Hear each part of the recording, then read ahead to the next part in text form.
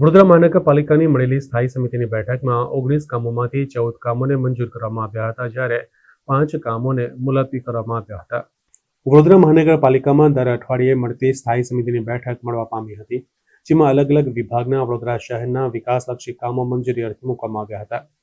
સ્થાયીના અધ્યક્ષ ડોક્ટર શીતલ મિસ્ત્રીની અધ્યક્ષતામાં મળેલી આ બેઠકમાં કુલ 18 અને એક વધારાના કામ મળી 19 કામો દરખાસ્ત પર ચડાવવામાં આવ્યા હતા,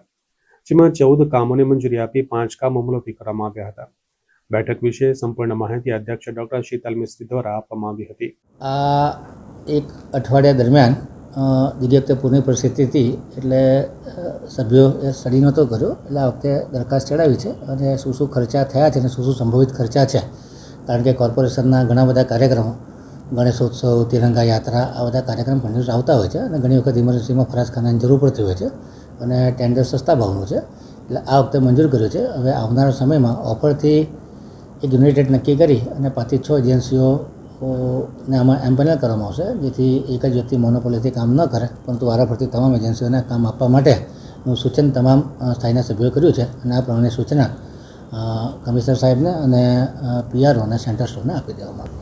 ભ્રષ્ટાચારમાં તો કોઈ ઇન્વોલ્વ નથી, પરંતુ જે રીતે કોર્પોરેશનમાં કાર્યક્રમો આવતા હોય છે અને અવારનવાર કાર્યક્રમો કોર્પોરેશન દ્વારા થતા હોય છે, સ્વચ્છતાના કાર્યક્રમ હોય, તિરંગા યાત્રા હોય, અલગ અલગ પ્રકારના કાર્યક્રમ, મુખ્યમંત્રી આવતા હોય,